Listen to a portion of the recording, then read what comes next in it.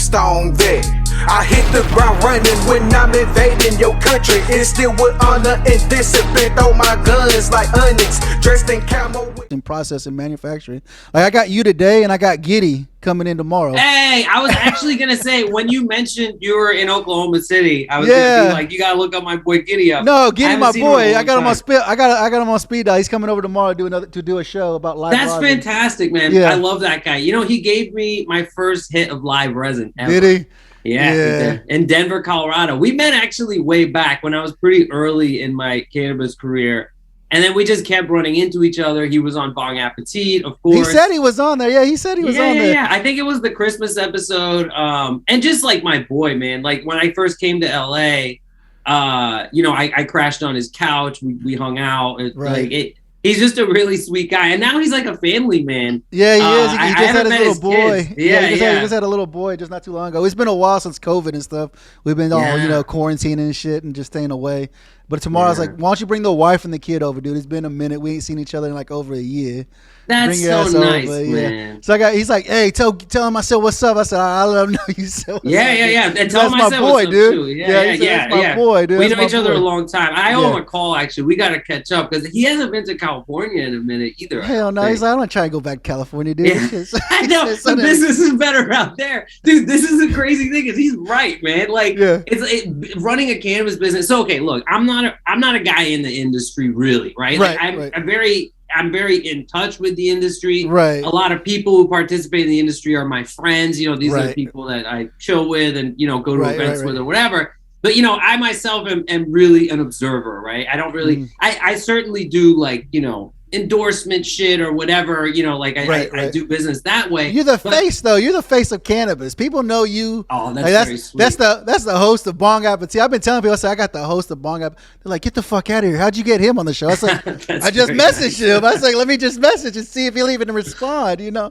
That's very nice, man, because, you know, it's like I certainly, I'm very proud of my contributions to cannabis. Right. I also recognize that, you know, like, as far as my, you know, like peak visibility was probably a couple years ago, you know, and that's totally fine with me because it happened at a crucial time where I feel like people needed that piece of media in that moment to show people around them, oh, look, cannabis is normal. And now, you know, thanks to that and 100,000 other, you know, elements, you know, like countless cannabis heads and their efforts to create media around this stuff, you know, I'm just glad I was able to take part in that push, you know, really get move the needle nationally towards cannabis acceptance. That's always been my mission. And, you know, it's like, this is the group I want to be a part of is, you know, the people like yourself, you know, look, a lot of people might not realize the veterans issues around cannabis, right? Or veterans issues in general, you know, when it comes to medical care. So you're doing a great thing by giving that perspective. No, and absolutely. That's my goal is to that's my biggest thing is advocating and allowing veterans to understand the medicinal benefits, right? Of knowing how to get off the pharmaceuticals that the VA keeps pounding down their throats. Like my wife came in the other day. I got my meds. I went to the VA, did my annual visit, and I got a bag in the mail. It was on my front porch. There's a bag on my front, a big freaking bag, like an 8x12 bag. And it's full of meds. And I'm like, what? I opened it up and I said, which ones are these? The doctor did not say anything about putting me on new medicine, you know? And I was like, I don't even know what all, and then the other day I got a cream in and I was like, let me see what the side effects of this one is. They say, if you use this cream, an ample amount of time, I'm guessing it's for sore joints and stuff or something. I don't know. It's saying cause a heart attack, and I'm like, are you kidding me? I said, are you kidding? Your dick falls off, right? Like that's a great. They're like, your headache will go away, but your dick's gonna fall off. It's like the trade off of the side effect is so crazy to me. I'm like, let me smoke a blunt. I just want to smoke a blunt. Honestly, I just want to smoke a blunt. Just let me. And I already told my wife. So I work for the Air Force here. I work for the Air Force Base here in Oklahoma City, and they put me in for a top secret clearance, and I was like, I'm not required to have a top secret clearance. It's not it's not a requirement. There's no programs I touch that require me to have a top secret clearance. They said, but there's a program in your office that's going to be around you. I said, so I won't touch it, right? I already got my secret clearance. I'm good. I don't need it, you know. Mm-hmm. And they put me in, and one of the last questions in your top secret clearance, they said, "Do you use cannabis?" I said, "Do you use an illegal substance?" I said, "What do you classify as an illegal substance?" They said, "Well, cannabis." I said, "Well, in the state of Oklahoma, it's not legal, and I'm a resident of Oklahoma. You know, I'm a resident of Oklahoma. I'm not illegal. I use a legal substance." And it was a big whole ordeal. And they came back, and now they said, now my punishment is to drug test twice a month for the next 2 years. I'm on the last year, and I'm like, so you haven't been smoking? You can't smoke right now? I haven't smoked in a year and a half. I've been sober for a year and a half. Yo, but I've been I'm so sorry, man. It sucks, dude. But I've been using psilocybin. I've been coming around to psilocybin, learning the ins and outs of psilocybin, and trying to use that to help cope with not having cannabis, you know. And I'm like, and so when do you get to smoke again? So I got an interview for a job next week with the whole new department. If I get that job, then I can smoke again. And I said the show will be a whole lot better when I can smoke again. You know yeah, man, it's crazy to me because, like, you know, I don't understand why employers, you know, whether it's a private employer or, you know, if anything related to government, like, encourage their workers to, like, smoke a blunt, dude. Yeah. I mean, it's like, you know, they're encouraging them to drink by banning them from using cannabis, right? To be like, absolutely. You can only use legal substances. There's only one. Let's be honest. It's alcohol. It's available everywhere, all the time for the littlest cost, right? And then pushing you towards that. Look, I'm sure that people have varying opinions on this, but I think cannabis makes you a more productive worker, whether you're the type of person who smokes while you work, or if this is what you use to blow off steam instead of drinking, right? Yeah. I just think it makes for, a more balanced life. So, no, it does. At some point, people realize it, and they'll be like, "Did you know that back in the day they used to stop soldiers from smoking weed? The people who need it the most, and will think it's crazy." You know? No, absolutely. And no, that's what I try to tell people. I said, dude, I would literally go and smoke a blunt before work so I could focus on my job. Yes. I said it would allow me to focus on my job. I wouldn't worry about the pain that I'm dealing with. I wouldn't worry about mental health. I wouldn't worry about if the pills were getting paid. I'd be able to go in and I focus on my job that I had to do that day. You know, and I said, a lot of people don't understand that. I said, when I was in the gym, I used to go to the gym twice a day, every day for freaking 6 days a week. Oh, wow. And I would smoke before I went in the gym and lifted. Yeah, dude. You know what I'm saying? And a lot of people are like, what? I say, can you smoke weed? Can you overindulge in weed? I was like, yeah, same as fucking drinking. Yeah, the only difference is fall asleep you're going to fall asleep and wake up feeling even better. You're going to wake up even better, you know? And the working out thing is very true, man. We did an episode of Bon Appetit with these, like former NFL athletes. So Evan Britton is was one of the dudes. I forget the other two dudes' names, of course, because I'm very high right now. But Evan does his own podcast and shit. And he was like, I take dabs and then I work out. And if you look at this dude, he's like a fucking Greek god, you know? And you're like, this guy knows what he's doing. You know what I'm saying? Right. So right. in that, and he was like, it's all about doing those things in conjunction. A lot of times when I will take a walk, so I'm out here in Palm Springs, right? If I go out and take a walk, like I'll take a dab first and then go take my walk. Your walk becomes awesome. And why I gotta explain this to motherfuckers? It sucks, dude. It sucks, and that's why I like doing this. Like I tell people, I like doing the show. I like bringing people on who are advocating or who truly understand the medicinal benefits of cannabis. I said it's a damn plant, dude. It's a plant. You're telling me I can't smoke a plant? Like, seriously, like there's nothing. You're putting in the same category as crack cocaine and heroin. Like, seriously, dude. Like, that's what I've been saying. You know, man. And that's the biggest struggle I have. I'm like, this is ridiculous, dude. I tried reaching out to your boy Rye too. I was like, I gotta bring Rye on the show. Oh, okay, I can hit him up for you and then see he has a kid too. He's a family man, so I know his He definitely. So yeah, Rye is the coolest, man. We really had a good time. We did not know each other personally before we started doing the show together, but I had heard of him for sure, and I think he had heard of me. And we met up, at the house. We were like, "Oh, you're gonna be living with this guy," And of course, I was, when we were looking for a cannabis expert, he was my favorite choice. I was like, this fucking guy knows what he's talking about. Yeah. And so, at the house, we started taking dabs together, smoking together, just like. Anytime the two of us were not on camera together, we were probably sitting around together, just fucking getting high, chopping it up. And Rye listens to like, a lot of the same music as me. So okay, even better, like, even better. Yeah, like 90s hip hop, that type of shit. MF Doom and all that type of stuff. Jay Dilla, whatever. Like that whole Madlib, that whole world of stuff, and and extended around that. He's an eclectic music listener, and it's like I'm really into that shit. I DJ'd for a long time. I still, music is a big part of my life. I always joke that like I'm actually just a failed musician. People think I'm a successful cannabis person. I'm just a failed musician, right? And like legit, look, like my gear is around me. There's my drum kit. There's my shit. Like I recorded last night. And that's the thing. That's the thing. People see you on TV and they're gonna think you're a successful person and you made a bunch of money, and you know what I'm saying. And I was like, people need to understand and see it, dude. Like, nah, that's not how it works, dude. That's just That's actually interesting. You mentioned that, and I think it's something that I almost never really talk about on podcasts. Right. Is like what I actually do for a living day to day. And a lot of people don't realize it, but I've been a screenwriter for the past 3 years. Like I write scripts and shit. Nothing I've written has been made. I wrote some stuff, for my character on High Maintenance that ended up in the show. But it's like I don't have any written by credits, but I have been making a living as a screenwriter for the past like 3-4 years, right? So basically, what happened was after I left Vice, right, I came to LA with like a stack of pitches for weed documentary series, things like that. Because I was like, that's what people will want from me, right? I'm the guy, my credential, and who does it authentically, right? Right. So I come to LA, right, and I have like agents and a manager at the time, right?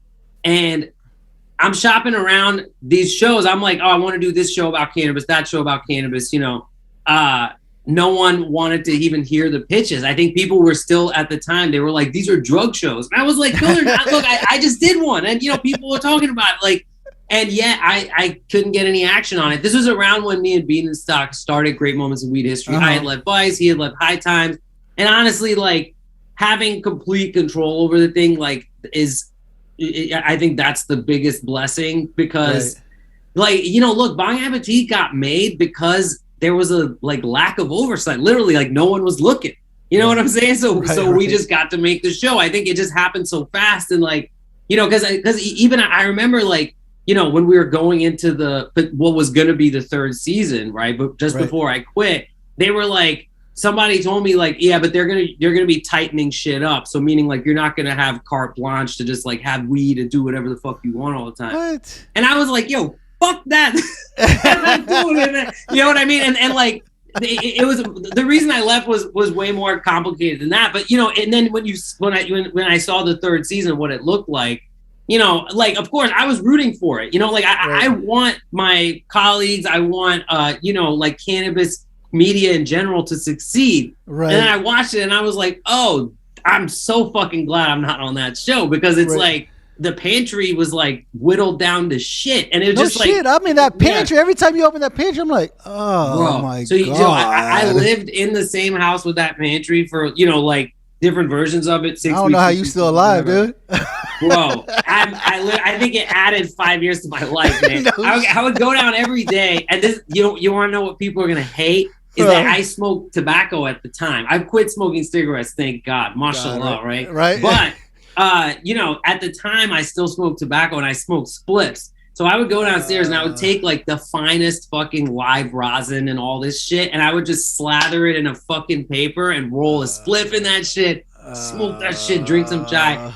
It was good times, man. But yeah, so like I was saying, how did they stock that for you? They stocked that pantry for you? Jason Pinsky, my cannabis producer, who's still around. We hadn't seen each other in a long, long time until very recently. But yeah, he was the guy behind the behind the pantry. Dude! Every time that pantry opens, I'm like, oh my gosh! Like to have all that at your disposal, like it's just there. You could just. There was a lot of heat in there, man. But yeah, I'd even talked to him about like, okay, what's next? And it just wasn't possible to sell a cannabis show at the time. And I know like there was things like Cooking on High, or Netflix was doing these like knockoff versions of Bon Appetit. And I was like, I can't believe this is all that's out there. And it's like, and I guess nobody wants to hear my pitches. And in the meantime, me and Ben, the guy from High Maintenance, we randomly happened to sell a concept, for a movie script. And then we got into a multi-step deal, for the script writing, which takes years, right. And your movie might never even come out, but it's a living, and right. I really love it. Look, underneath it all, I'm a writer, right? I started out writing. I was a journalist for a long time. I got into like more serious reporting. I did like blog type shit. I interviewed musicians. I've always been a writer, and, the screenwriting format, the screenplay format really appealed to me. I was like, this is so fun, because I'm also a TV addict and a film addict, but I always looked at it as like a viewer and not the person with the blueprint. And, right. At this point, so basically we sold that. I've gotten, subsequent work in doing different stuff. Like I just, I wrote a pilot that, hopefully goes somewhere, you know what I mean? But it is like, it's a fucking living, and I love it. And I've learned to live more in the day to day, I sit here and like, I love the process of writing a screenplay or writing a pilot. I think it's just fun. And I think, when it comes out, I'm like proud of the product, and I'm like, oh, this is a beautiful thing. The script itself, fuck if it ever gets made in anything, you know what I mean? The script to me is like the thing, you know what I'm saying? So that's my job. And then of course I do Great Moments in Weed History. I do other shit, you know what I mean? Right. Like occasionally I'll like be a guest on a TV show, or, I'll whatever, do some random like branded shit here and there. Right. But other than that, like, yeah, I'm a screenwriter, and nobody realized that. Like, like when I go to like a weed event, everybody, and look, I love it, man. I'm so blessed, dude. Like, it's that the people who recognize me are stoners, my favorite people in the world. Right. If you're not a stoner, I'm just some fucking guy walking around. But if you're a stoner, it's like I have this like invisible flag on my head that only stoners can see, and it's such a blessing, because like that's who I want to talk to in the world, man. Right. And that's such a good filter for people. You know what I mean? Right. It's like just only weed heads talk to me, and like I really love that. And of course I continue my work to to educate people about cannabis, right? But I also gotta eat. So I do screenwriting work, and like maybe one day if something that I write comes out, finally like the people who know me from the weed shit will be like, oh, that's what that fucking guy was doing the whole time. You know what I mean? But maybe that day never comes. Who knows? That's what he's been doing, writing screenplays. Isn't that funny? That's awesome. That's awesome. Just the host of Greatest Moments in Weed History, or how do you would it be like that? So you got another podcast, you got another thing you do too, the road show, right? Oh yeah, the radio show. Yeah, so that actually is honestly just like a personal journal of music. I'm doing that purely for the fun of it. Abdullah's radio show. It's on Spotify, made with Anchor. It's like a music and talk show. The thing is, as soon as I heard that was possible, I was like, yo, I gotta fucking do that. That's been a dream job of mine since I was a kid. And I was like, oh, suddenly I can do it. Yeah, I play whatever songs I want. I listen to some music that people find completely abrasive and unlistenable. Like, what the fuck is this? What is he listening to? And I'm like, I want to play. It's my fucking radio show. It's my radio show. I'm gonna play what I want to play. Right? Exactly. Right. And so I'm taking this hit for you, brother. No, I appreciate it, brother. Absolutely. What are you smoking today? Whew. I'm smoking a daytime blend, which is this is all that's left. But Marshmallow OG. Mixed with this Binsky. I think this is Tangy or something Tangy related. I mean, you can see it even like looks hella sativa-y. Oh yeah. It's like very like, so anything gassy plus something citrusy. I grind it up, I mix it up, and I pack this little bong. Or I pack it. It's around. There are so many drugs around this table. Like you can't see this, but this is my work table, right? Yeah. And it is just littered with drugs, and there's like a layer of ash just on everything. No, that's like me. We're cleaning out our house. We're getting ready to move. We're building a new house, and I'm cleaning out my house. And I went through my nightstand. I had a nightstand, and I went through it, and I was like, I got 2 boxes of weed sitting. They're all packed up, full of weed, and I'm like, I'll be able to smoke you again. I will. I promise. And so, what's the countdown clock look like? I got November this year. Oh, If I don't get this, if I don't I'm get with this you, new man. job, if I don't get this new job November this year, Okay, but if this you is get what the I- new job soon, then I already told the wife. I said I was watching that blunt, that sushi blunt that you rolled on your oh show. yeah, I was like- Yoya, Chef Yoya. Yes, The man. I'm gonna roll a Hamasaku. blunt. I'm gonna roll a blunt like that. And Dude, I'm gonna, that shit was crazy. You want to hear some fucked up shit? So me and Bri, we smoked. You know, it's like we cut it in half. Yeah, yeah, And yeah. then me and Rye smoked that one off of camera. And then the second one just sat there on the tray. Bro, I swear to God, every morning I'll come down and look at it and it just be sitting there like staring at me.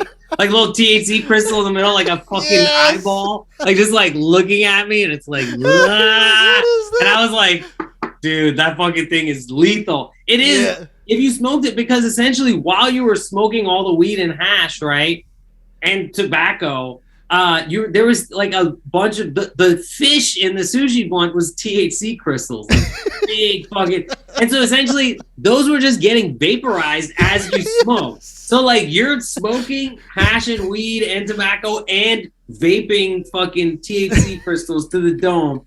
And like, look, me and Ryan are both heads, okay? Like, Right. we can handle our shit, and we were both like, we respect that joint. Yoya Takahashi, if you're in LA, you should go to Hamasaku.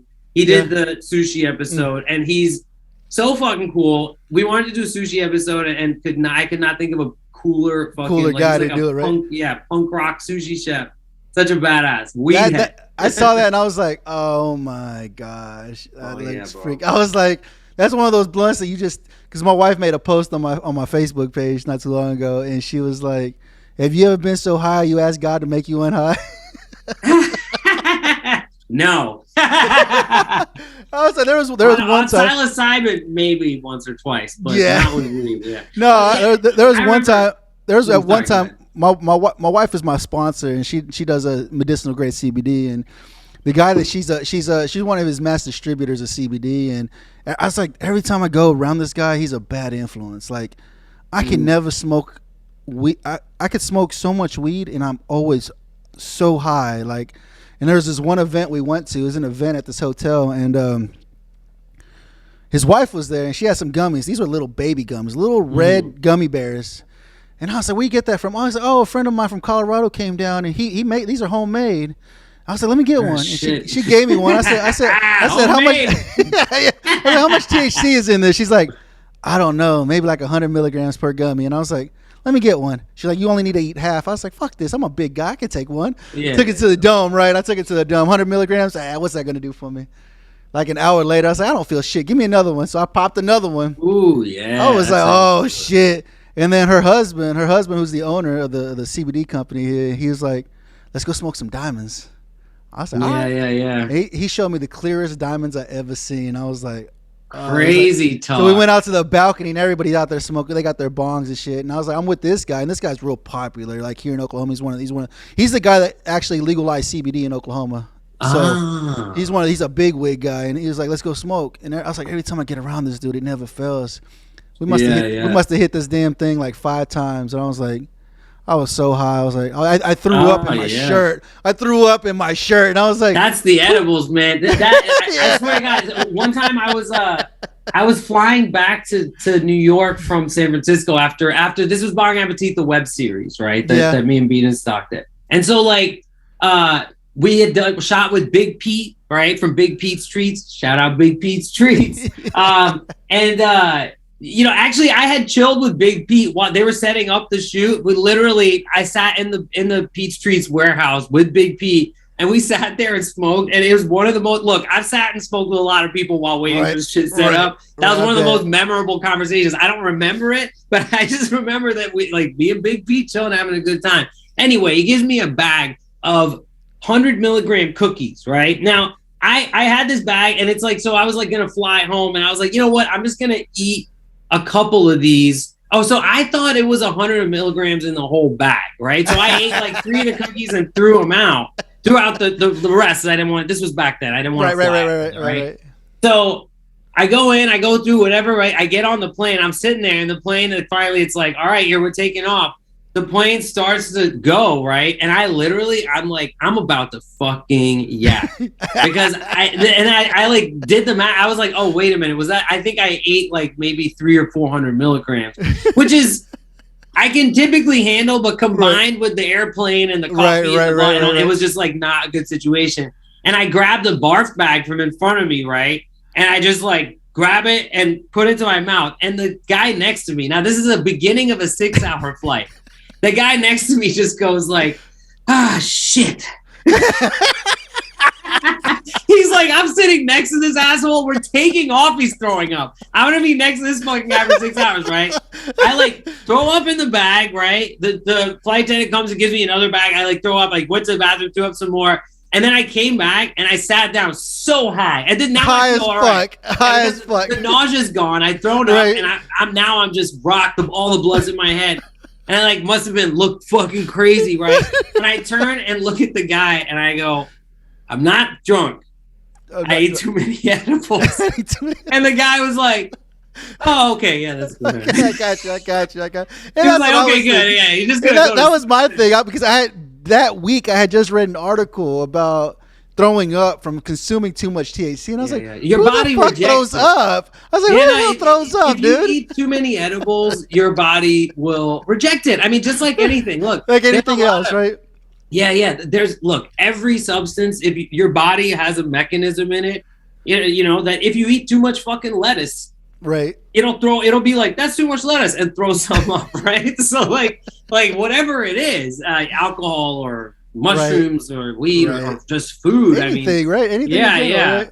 You overdo something, your body will react, and it'll use its defenses or whatever. No, hell yeah, absolutely, dude, absolutely. Yeah. Oh man, see, this is why I wanted to talk to you before we do this, because I was like, we're gonna be on the phone for a minute. I already know. That's why. Are we not recording? Is this not? No, I haven't even started yet. We just bullshit. Shit. You know? Okay, yeah. And that's what I tell people. I thought we were laying it down. Let's get it going. You ready going? Let's get it going then. All right. About just bullshit. This is why I do it though. Just to bullshit, just to hang out and bullshit. Yeah. All right. Oh, what's up, guys? Sergeant G here from the STONED VET USMC. I'm super excited to be here today with you guys, man. This is just an amazing opportunity that I've been given today, man. Like I tell you guys, I appreciate you guys hanging out with me and supporting me to the fullest, because without you guys, there's no reason to do this show. There's no reason for me to come on here and show you my ugly face and just bullshit with you guys on the patio furniture, right? That people give me crap about, right? Always try to give that ambience like we sitting together and we bullshitting for the day, and that's just what it is, right? 9-year Marine Corps veteran. What's the best way to hang out with your brother and sisters? To hang out to your left and to your right and just feel like somebody's there with you. Like I tell you guys, if you guys don't watch the video on YouTube, put me in your ear while you work, and you can hang out and just enjoy the camaraderie that we lost while serving our country, right?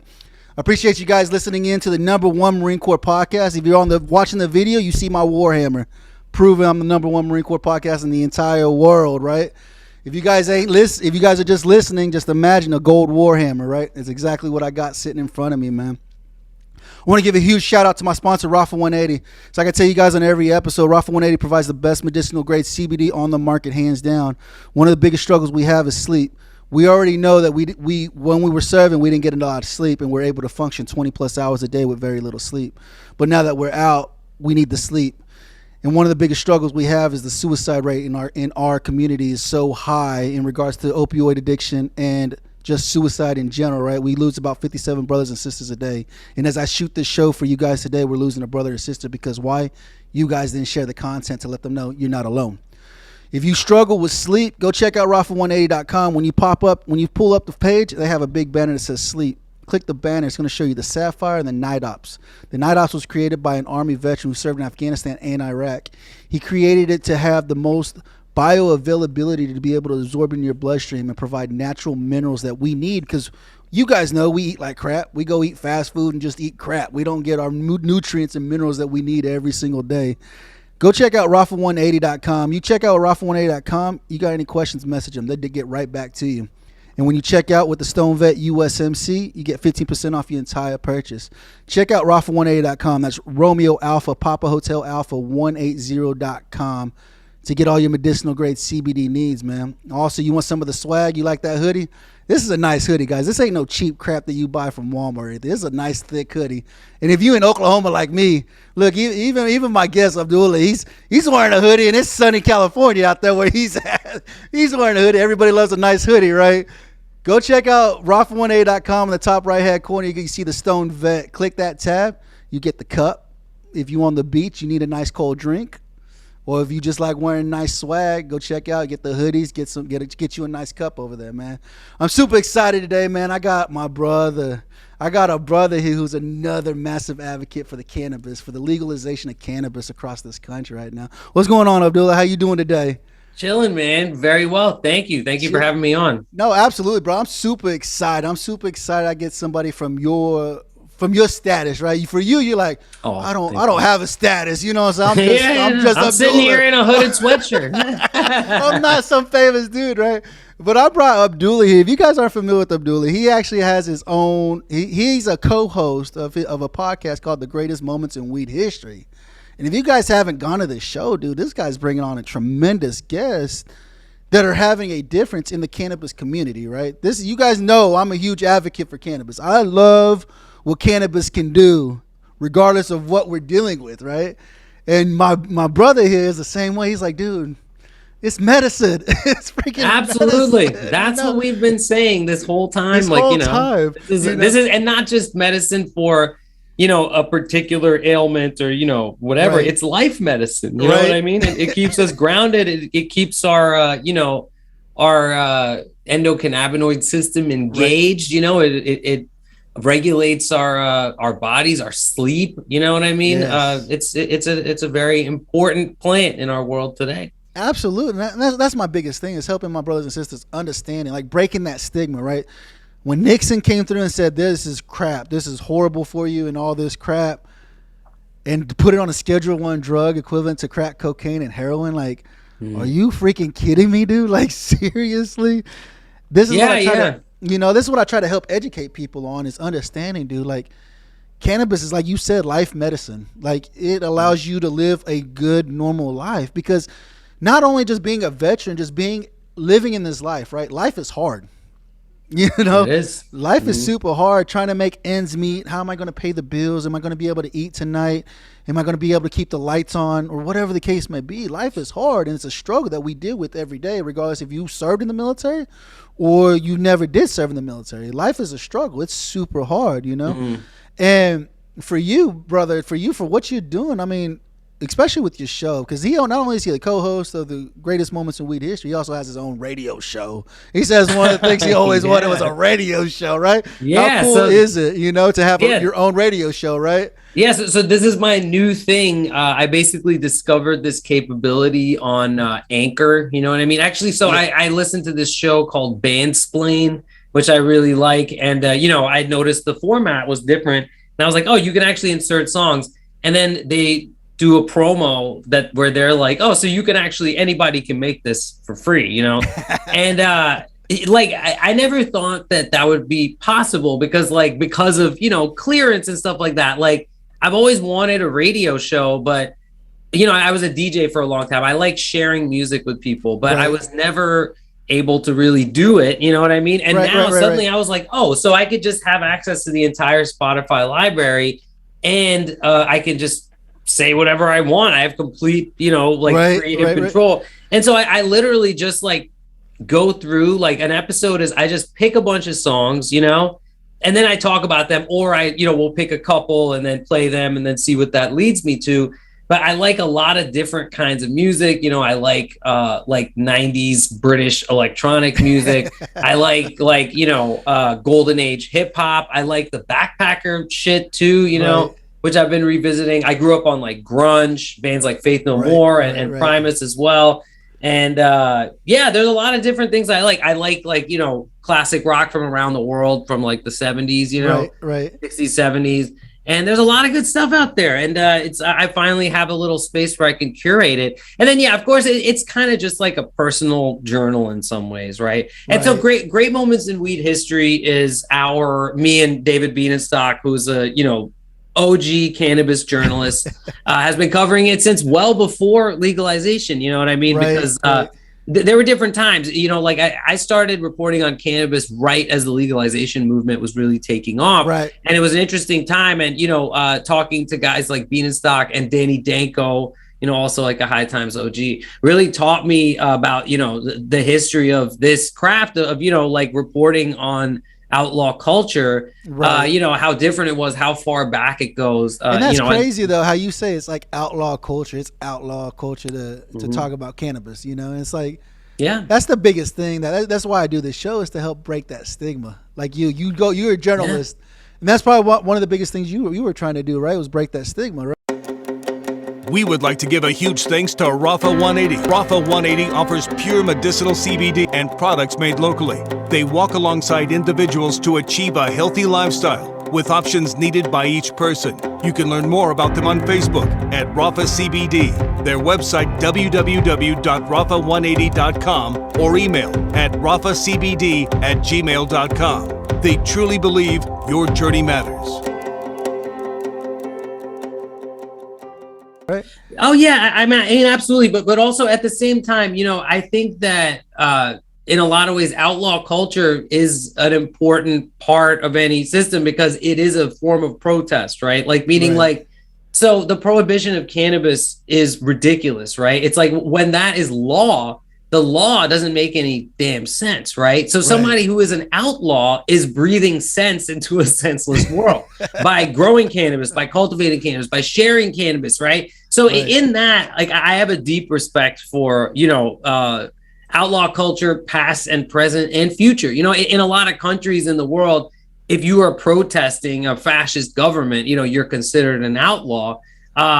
And I have, nothing but respect for those outlaws. And, when I look at California, for example, right, like to me, I'm also, look, I want legal cannabis, but I want more than anything, I want people to not be busted for cannabis, right? I could give a shit if, somebody's selling it in a store or I think everybody should be growing it themselves, right? But I think that's what scares the people who see the potential tax dollars in the cannabis industry is people growing at home, right? And I'm saying I could give a shit if you get it in a store or from a caregiver thing, as long as it's equitable. And a 25% sales tax, that's not equitable. Charging somebody $80 for an eighth after taxes, $90 an eighth, that's not fair. That's too expensive for what that is, right? And that's how they actively create the black market. That's why the black market is so wild, so rampant. And so here's the thing: I don't look at the black market and say, "Oh no, what are you guys doing? Like, this is we have legal cannabis." No, they are showing the status quo that these prices are too goddamn high. Literally, it's like literally they say like, oh shit, there's black market happening. How do we stop it? How do you stop it? Lower the prices. Stop fucking gouging the goddamn vendors. Yeah, because even, successful cannabis businesses in California have a hard time turning a profit because they're going legal, right? They're like, the legal industry, the constraints are forcing people into the black market. And then they send the cops in. They've resumed raids on illegal places. And here's the crazy thing. Under Prop 215, California had lots of dispensaries, right? In places where there's more people of color own those dispensaries, right? When they passed Prop 64, basically they just shut down everybody who wasn't grandfathered in or everybody who didn't have the financial backing to afford the, requirements of the new license. Guess whose stores got shut down? The black and brown people's, right? Absolutely. And then who got the licenses? A bunch of moneyed people who are, look, it doesn't matter that they're white. It matters that they have all the money, right? So like the whole issue there is, if this is the shape of legalization, I'm black market all day because fuck that shit. No, you know what I'm saying? If you want to force us back into those days, we know how to do that, man. I know where to get my weed. You know what I'm saying? I don't need to go to the store. So yeah, in that sense, I certainly support outlaw culture. No, absolutely, brother. No, because you're not lying, dude. Because if you look at and that's the biggest thing. I mean, right now, especially with fighting for federal legalization, that's one of the biggest things. All these dispensaries, they have no banking. They have no security at all. Where to put that cash? They do. It's a cash business all day long. It's a cash business, and it's like, what the hell do I do with all this cash? Like, what do I do with it? Like, if I pay my bills, I got to pay them in cash. If I got to pay all my bills in cash, I got to pay all my employees in cash. I got to pay everything. You're walking around depending anywhere between what, $10,000 to maybe $50,000 depending on successful. And you're more susceptible to robbery. It endangers people physically because whether it's coming from weed or fucking potatoes, like cash is cash. A person robbing you, it's like in some places they'll be like, oh, the legal weed industry is causing a spike in crime. It's like, yeah, it's not people coming in and stealing weed because they love weed and are addicted to it and want to smoke it. It's when weed turns into cash, everybody who likes cash is going to try to get it, even the unscrupulous. Yeah. Right. No, absolutely. And that's the crazy part. That's the biggest thing, you know what I'm saying? With any administration, like I tell people, I said, I don't care if you're left wing, I don't care if you're right wing, I don't care if you're a libertarian. I said, this crap has to become legal. We have got to. I mean, like Weldon was on your show not too long ago, and he's got a great mission, like the Weldon Project and everything. It's an awesome mission, new, and with what he's doing, I know. I was reading an article the other day, and they said Master P is doing a walkout on May 20th. In regards to the people who are in prison for cannabis. Oh wow, that's fantastic. On a federal level, you mean, or like on a federal, just in general. He's like the people who are in jail for smoking weed or having a possession of a couple of grams that are in jail, and like Weldon, 55 years in federal prison, dude, for $900 worth of weed. Are you fucking kidding me, dude? Yeah, and it also is. It's the really sort of irony of it is that he was pardoned by Trump, and Joe Biden, who is president now, is the fucking co-author of the 92 crime bill. You know what I mean? Like, that is very much responsible for the mandatory for why he went to jail. For why he was in jail, and it sucks because you're just like, so you got Biden, who was part of the 92 crime bill, and then you got Kamala Harris, who wrote the MORE Act, and you're like, what the fuck? Believe me, I did not want to vote for the cops, but I was left with no option. And you know what? It's actually a funny thing. So in the Hillary Clinton Trump election, I didn't vote at all because I blame Nate Silver. I didn't think Trump was going to win. And B, Hillary Clinton is a fucking drug warrior. And she said a bunch of shit back then that was like, she did the more research line, which is like a spit in the face. Where anytime it's like a government official says, I can't take a stance on cannabis because I need to see more research. It's like, bullshit. Your fucking government is the one that's blocked. Won't let them research it. You won't let them research it. You won't let them research it, right? Ask Sue Sisley, you know what I'm saying, or whatever. So like, I think that is ludicrous. And I didn't vote in that election because I just felt like my voice wasn't represented. And then after Trump won, I remember like a month later, just casually mentioning that I didn't vote, and whoever I was talking to got so upset. And I was like, "This is my issue, though. I'm a cannabis person. I can't vote for a drug warrior. Like, it's just not. It doesn't align with me. It don't work like that. Yeah, and of course, 4 years later, I'm first in line to cast my vote for a fucking drug warrior, Joe Biden, right? Because it's the best option I've got, or because apparently Bernie Sanders didn't have enough support, or whatever bullshit they said. I would have happily voted for Bernie Sanders. I love Bernie Sanders. Still my fucking president, that guy. Right. That's what I tell them. People ask me, so how do you feel about Trump being president? I said, all that proves to me is that if you got enough money, you got enough friends with enough money, you can do whatever the hell you want in this country. Exactly. That's what I tell them. They're like, what do you mean? I said, well, Trump's got enough money. He's got enough backing with enough money. So he can do whatever the hell he wants in this country, because in this country, if you got enough money, you can do whatever the hell you want. Yeah, exactly. And I think the main divide is whether or not you think that's okay, right? And like a lot of people will be like, well, yeah, if you make the money and you do that shit, you know what I'm saying? Like, I just don't, that just doesn't vibe with my thing. Like, I want, everybody to be happy and feel good. It's like literally the reason that I got into cannabis advocacy is I was like, this is a thing that it's, I have my own medical cannabis story. I know a lot of people who have it, but I was like, this is a thing that improves the quality of life no matter what. If you're rich or poor or, live in a big house or a little apartment, it doesn't fucking matter. When you smoke cannabis, like, it's you and the plant communing, and it's, like, you are, it provides that therapy to everybody. It doesn't discriminate. We are all human bodies, right? No matter what they're adorned with. And cannabis does not discriminate. And I always felt like that's a really great thing about it. You know what I mean? Right, it is truly for everyone. No, it truly is. You know what I'm saying? And like my dad's he's an Afghan war vet. He's seen a lot of things and did a lot of things when he was in Afghanistan. Sure I just had lunch with him not too long ago. I said, "You need to smoke a blunt, dude." He's like, "No." I said, "Smoke a blunt. I'm telling you, hands down right now, you need to smoke a blunt and chill. Like, you need to calm down." I said, because he deals with a lot of PTSD, anxiety, depression, and all kinds of crap, man. like we all do as veterans, you know. And I said, "Why don't you want to touch it?" I said, "Because the government told you it was bad for you." He's like, "Yeah." I was like, "Fuck." Yeah, I think that's a real shame. And, you know, like, so I've done a lot of reporting on, veterans and cannabis.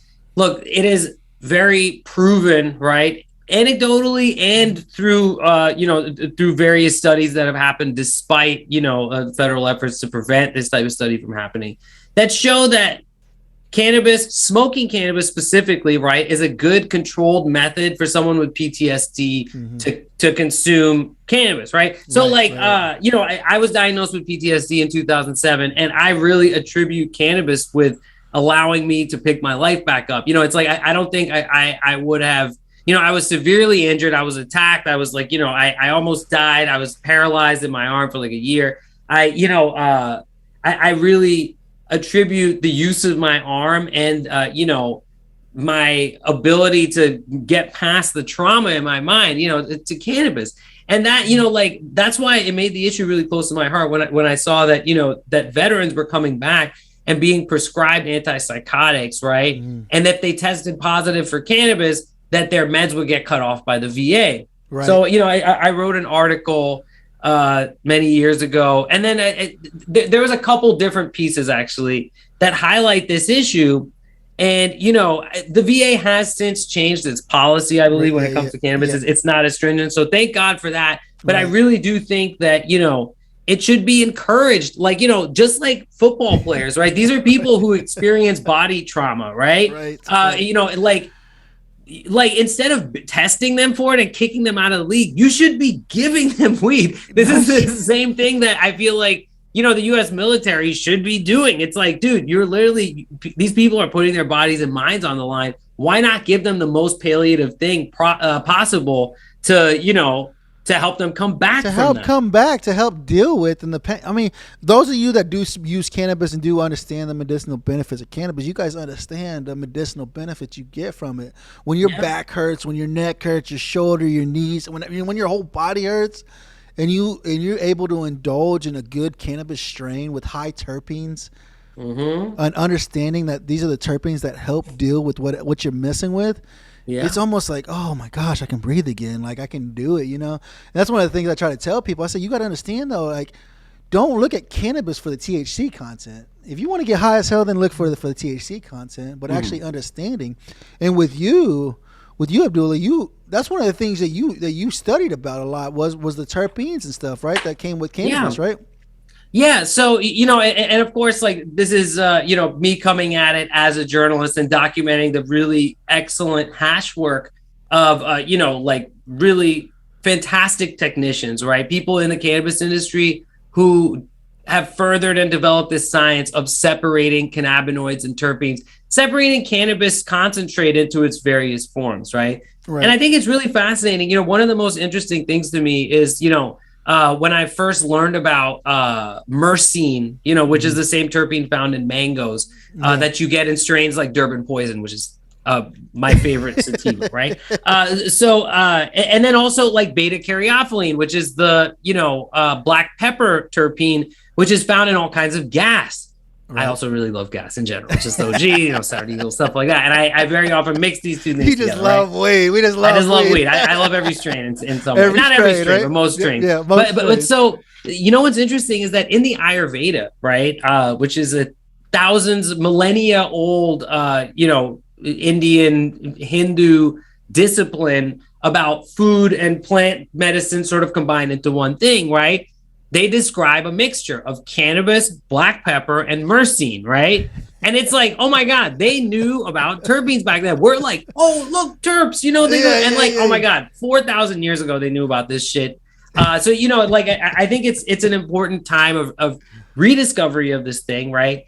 Really, what I tell everybody, when people are like, I'm confused about what's the terpenes and what's the blah, all you have to worry about is follow your nose, right? Follow your nose, use your senses, feel a bud, touch it, look at it, smell it.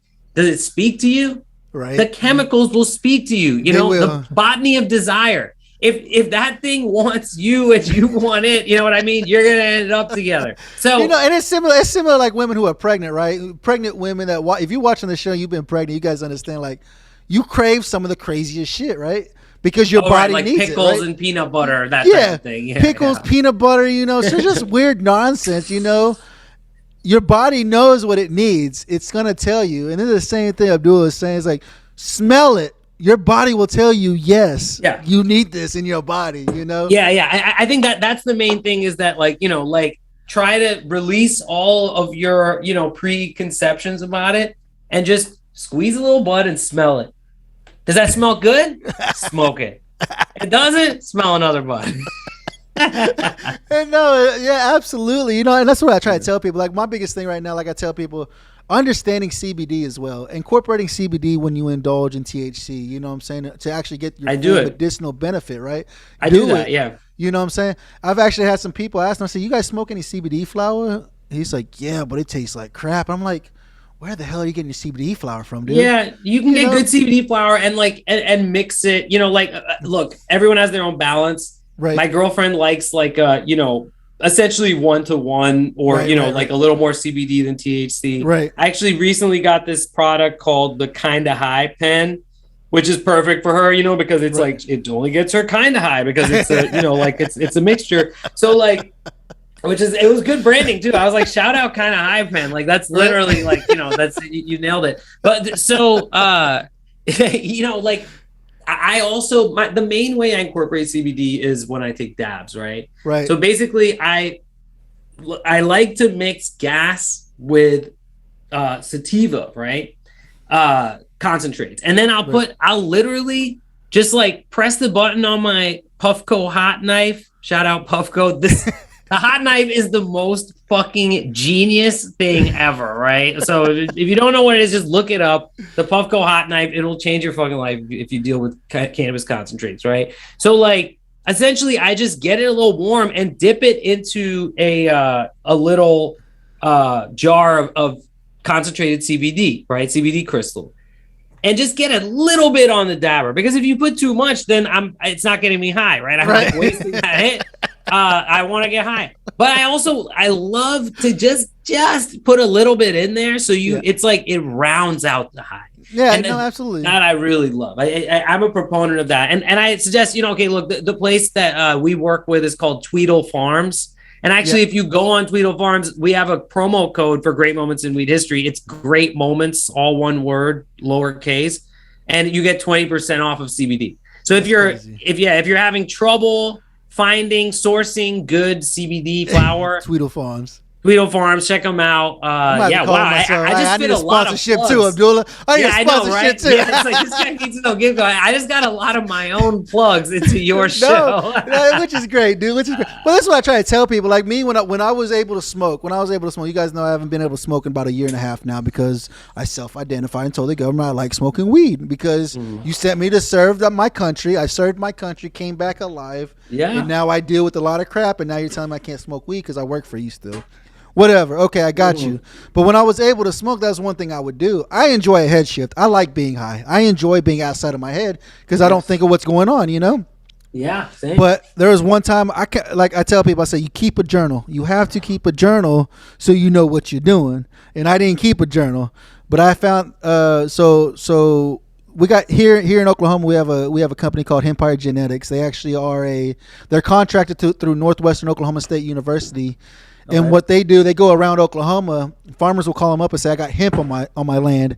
They'll go out, cut it down, and bring it back to their lab and cultivate it to be the way it was supposed to. And it's a research project. It's a research project for the university. That's so cool. It's super cool, right? And they bring it back. Could you please send me more info on that? That sounds really interesting. Absolutely. And so they bring it back here to their farm and they cultivate it to grow the way it was intended to grow.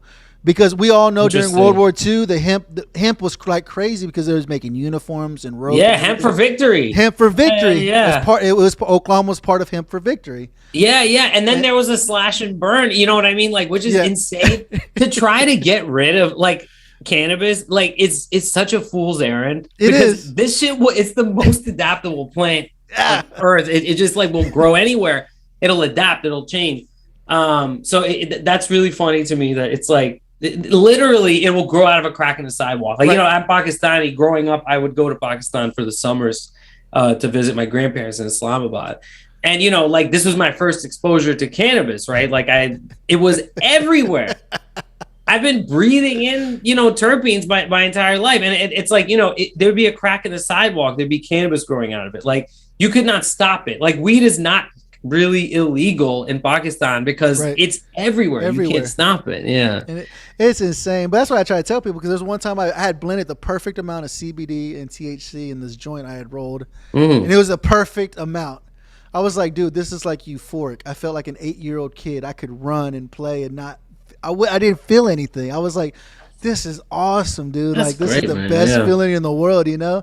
And that's what I try to tell people. I said, people suffer every day. We're hurting every day. We wake up. You get older. The older you get, the more your body hurts because you put it through hell and back, you know? Yeah. And I was like, you guys have to understand to use both. Use the CBD and the THC. It's an amazing product. Like, it was created to help you guys. You guys take aspirin and ibuprofen and this and that, and if you smoke a blunt, dude, you'd be like, oh, I ain't got a headache anymore. I don't have a headache. But also, no shade to ibuprofen, something that I fuck with. No, right? Yeah. The combination of ibuprofen, caffeine, and cannabis vapor, like the right mixture of cannabis vapor, is a headache cure for me. Right. Or like a migraine cure. You know, so I get migraines. It's a real pain in the ass because you sort of don't see them coming.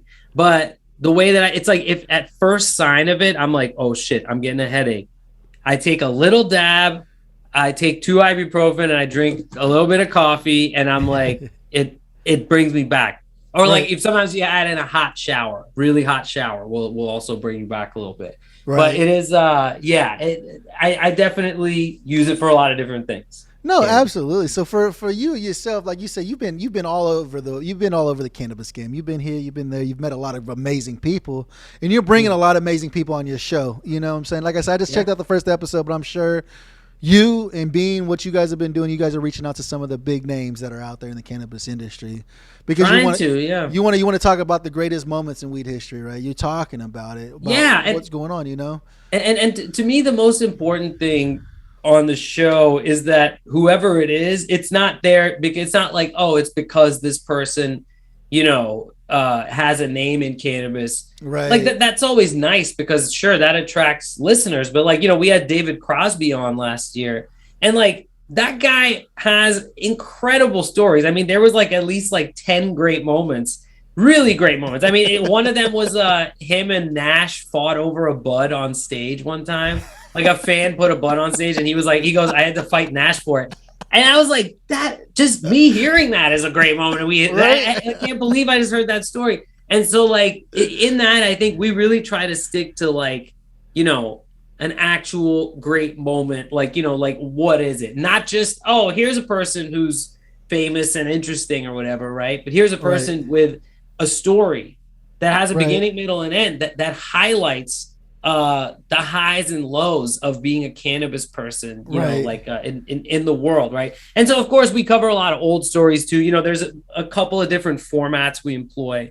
One of them is our traditional, you know, Bean tells me a story. A couple of times we've switched it up and I tell him a story, or we'll have a guest on and we'll sort of, you know, tag team and interview. No, absolutely, and this is what it's about. I mean, you guys that listen, I gotta tell you guys, if you guys don't listen to like listening to my show, there's thousands of other veteran podcasts out there. But it's a podcast world right now. There's tons of people in the podcast world. Everybody's doing a podcast. Why? Because for, like I tell you guys, this is my therapy session. I get to hang out with people, like-minded people that can relate to what I'm fighting for and why I do. Beautiful thing, man. Well, it's real cool. It's real chill because like this, you know, and I get to meet great people every time I bring somebody on the show. I'm like, I would have never met this guy walking down the street. Like, I would have never ran into you. You know what I'm saying? I would have never had the opportunity to meet you and run into you, you know? And that's what I say about all my guests that I bring on my show. Like, if it wasn't for my show, there's everybody that I've met to this day, I would have never had a reason to have met them because there was nothing that there was nothing that would have brought us together to meet. Yeah, man. You know? And that is a beautiful thing. You know, and I applaud you for doing the show. I think it's really important to get the word out to veterans that, you know, cannabis is something that can help you with the, you know, occupational hazards of you know, being a serving member of the military, you know? Right. So thank you so much, man. I really appreciate you having me on the show. I got to dip out. Absolutely, brother. Before I go, I just want to shout out my boy, our friend in common, Giddy Up. Giddy Up will be on next week. He'll be on Fantastic, next week, man. Yeah, that's my man. boy. I haven't seen him in a long time, but I have a lot of great memories with that guy. Absolutely, he gave me my brother. first hit of live resin ever, Denver. He's the pioneer, right? He's the pioneer of it. And he's a person very close to my heart. Absolutely, so, Abdullah. I appreciate you. him. I appreciate it, bro. I appreciate you guys coming out, hanging out with me today, enjoying this time together with another like-minded advocate, man. Remember, guys, like I tell you, you guys are important. You're very important to this country. You're very important to me because can't nobody in this country do what you can do. You're important and you need it here, man. Like I tell you guys, go check out my sponsor, Rafa180.com to get all your medicinal grade CBD needs, man. That's Romeo Alpha Papa Hotel Alpha 180.com, man. Remember, guys, you are important. I love that you use the military. That's what everybody I heard says, that right? on your show and I was like, that's cool. That's awesome, right? I appreciate you guys hanging out with me and enjoying this time together, man. Remember, guys, here at the Stone Vet, we got you 6, man. Stepping by my platoon, you get trampled. If it ain't raining, we ain't training. Nothing changed by complaining. I adapt and overcome. I make the best out of situations. I stay alert for my enemies trying to do me some harm. I fight for your freedom of speech and your right to bear arms. When I say I got your 6, that means I got your back. But what else would you expect coming from the Stone Vet?